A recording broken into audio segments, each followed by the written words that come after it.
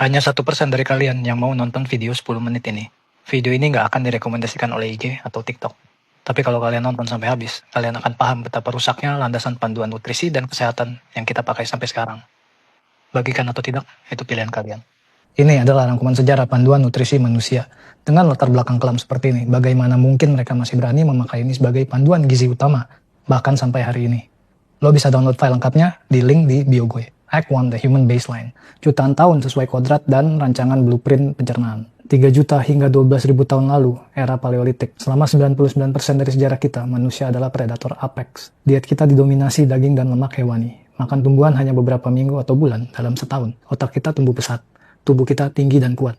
Penyakit kronis modern nggak dikenal. Act 2 The Great Downgrade. Revolusi pertanian. Manusia menetap dan beralih ke biji-bijian.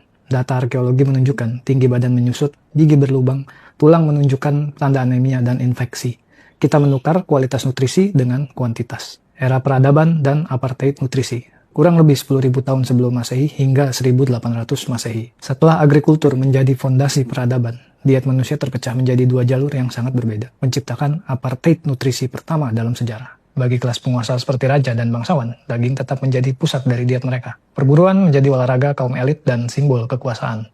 Sebaliknya, bagi 99% populasi, para petani dan rakyat jelata, hidup mereka bergantung pada biji-bijian yang mereka tanam. Diet mereka mayoritas terdiri dari bubur dan roti, dengan daging sebagai kemewahan yang langka. Akibatnya, penyakit peradaban yang pertama kali muncul di awal era agrikultur, seperti kerusakan gigi dan malnutrisi tadi, menjadi kondisi endemik di kalangan massa selama ribuan tahun. Namun ada satu catatan penting yang membedakan era ini dengan zaman modern. Meskipun diet berbasis biji-bijian ini suboptimal, populasi saat itu belum diserang oleh 3 raja penyakit metabolik, gula pasir olahan, minyak sayur industri, dan makanan ultra proses. Era ini menciptakan populasi yang sudah lemah secara metabolik, menjadi target yang sempurna untuk dihancurkan oleh revolusi industri yang akan datang. Act 3 The Modern Deception. Era penipuan modern. Akhir tahun 1800-an, lahirnya dogma anti-daging. Gerakan keagamaan seperti Seventh-day Adventist dan tokohnya, Dr. John Harvey Kellogg, mempromosikan sereal cornflakes tahun 1896 dan diet vegetarian sebagai makanan murni untuk menekan dosa berakar dari ideologi, bukan sains. Awal abad ke-20, masuknya Big Money dan Big Tobacco playbook. Di era ini, para raksasa industri dari sektor minyak bumi, rel kereta, dan terutama tembakau,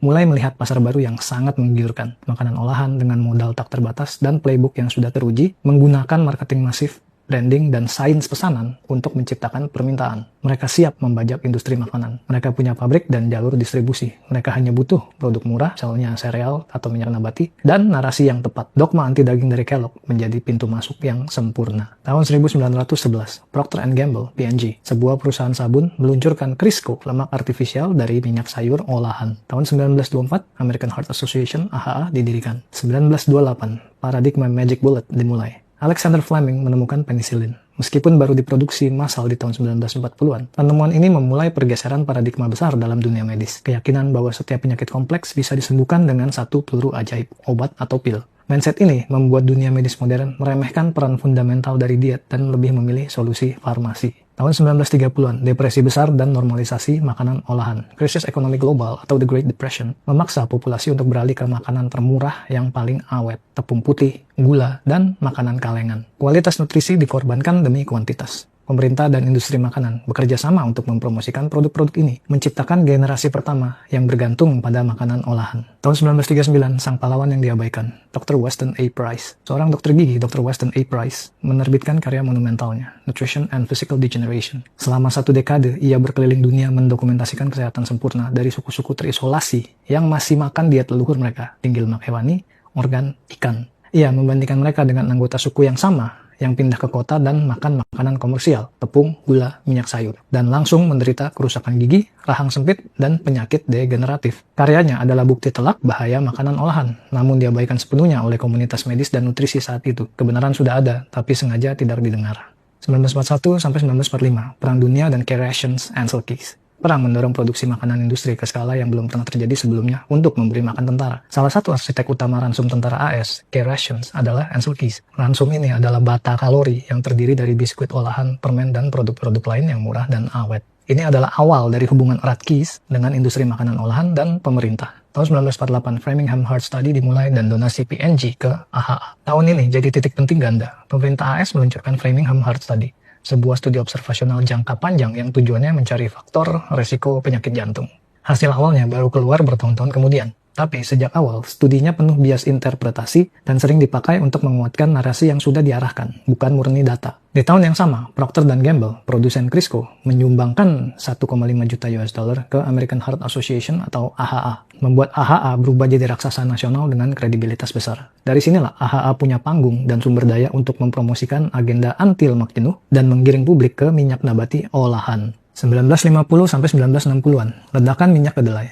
Berawal dari surplus industri pasca Perang Dunia Kedua yang didorong oleh subsidi pemerintah, minyak kedelai, produk sampingan dari pakan ternak, diproses secara kimiawi besar-besaran, diekstraksi dengan heksana atau di RBD, untuk menjadi minyak makan termurah. Dengan naiknya dogma anti lemak jenuh, minyak ini dipasarkan sebagai alternatif sehat jantung, pengganti lemak hewani. Pertengahan 1950-an, wabah misterius penyakit jantung, penyakit kardiovaskular (CVD) yang tadinya jarang terjadi, tiba-tiba meledak menjadi pembunuh nomor satu di negara-negara maju, terutama Amerika Serikat. Kepanikan publik dan medis meluas, semua orang mencari jawaban dan kambing hitam. 1955, serangan jantung presiden, hipotesis Ancel Keys, perlawanan awal, dan lahirnya sang kambing hitam.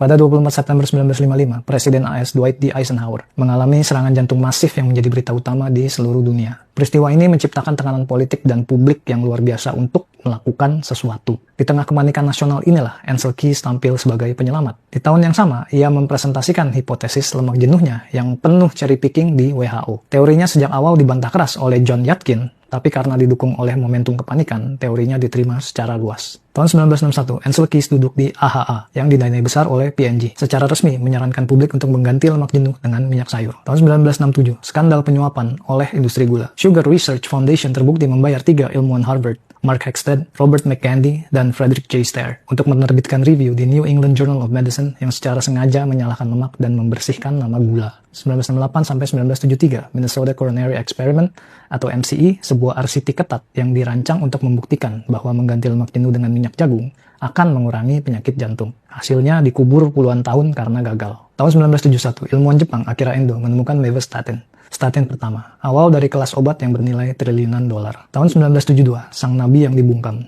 Profesor John Yatkin menerbitkan bukunya Pure, White, and Deadly yang mengidentifikasikan gula sebagai penyebab utama penyakit jantung. Sebagai balasannya, ia secara sistematis diserang dan dikucilkan oleh Ancel Keys dan sekutu industrinya, menghancurkan karirnya. Tahun 1977, Dietary Goals for the United States, The McGovern Report, diterbitkan, dipimpin oleh Mark Hexted, ilmuwan yang sama yang dibayar industri gula. Laporan ini menjadi anjuran resmi pemerintah AS untuk mengurangi konsumsi lemak dan daging, serta meningkatkan konsumsi karbohidrat. Tahun 1980-an, puncak era trans fat. Sebagai konsekuensi langsung dari perang melawan lemak jenuh, lemak trans industri, margarin, shortening, Crisco, dipromosikan secara agresif oleh otoritas kesehatan sebagai alternatif sehat untuk jantung, pengganti mentega dan lemak hewani. Ironisnya, ini justru mempercepat epidemi penyakit jantung. Tahun 1985, minyak industri canola disetujui FDA dengan memberikan status Generally Recognized as Safe. Ini bukan tanaman alami, melainkan nama marketing, berasal dari Canadian Oil Low Acid, untuk versi rekayasa dari tanaman rapeseed. Minyak rapeseed asli secara historis hanya digunakan sebagai pelumas industri karena beracun bagi jantung. Persetujuan ini membuka pintu bagi minyak olahan murah ini untuk membanjiri pasokan makanan. Tahun 1987, FDA menyetujui Lovastatin atau Mevacor, statin pertama yang dipasarkan secara komersial. Tahun 1992, USDA meluncurkan Food Guide Pyramid,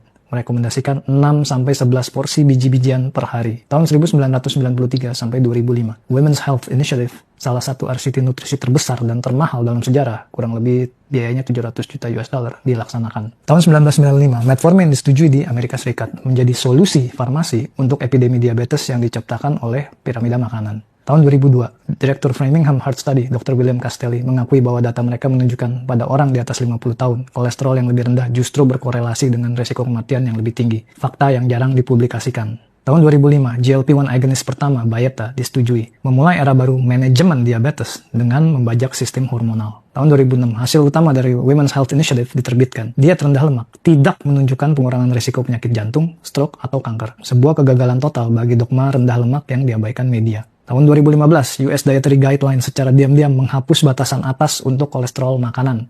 Sebuah pengakuan implisit bahwa narasi kolesterol jahat adalah salah. Tahun 2016, data lengkap dari Minnesota Coronary Experiment atau MCE yang terkubur selama 40 tahun akhirnya diterbitkan di The BMJ. Hasilnya, kelompok minyak jagung memang kolesterolnya turun, tapi resiko kematiannya justru naik 22%. Tahun 2010 sampai 2025, kebangkitan gerakan low carb, keto, dan karnivora meledak berkat akses informasi. Skeptisisme publik terhadap narasi resmi meningkat seiring semakin banyaknya bukti sabotase dan data yang terkubur terungkap ke permukaan. Ini adalah grafik tingkat obesitas dan diabetes tipe 2. Ini grafik penyakit jantung.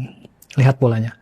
Searah dengan event dan timeline, pedoman diet itu dipaksakan. Mereka menciptakan wabah penyakit metabolik dalam skala yang belum pernah ada sebelumnya. Omong kosong mereka soal menurunkan penyakit jantung juga hoax. Penyakit jantung malah menjadi wabah nomor 1 di negara mereka sendiri. Dan ini adalah grafik pendapatan industri farmasi dari obat-obatan untuk mengatasi gejala-gejala penyakit metabolik. Lihat bagaimana kurva profit mereka menempel sempurna pada kurva penderitaan publik. Apa kalian percaya dengan perputaran uang sebanyak ini, mereka nggak bisa mencegah atau menyembuhkan penyakit metabolik? Ini baru sejarah yang berhubungan dengan kolesterol dan yang ketahuan. Bagaimana dengan yang lain?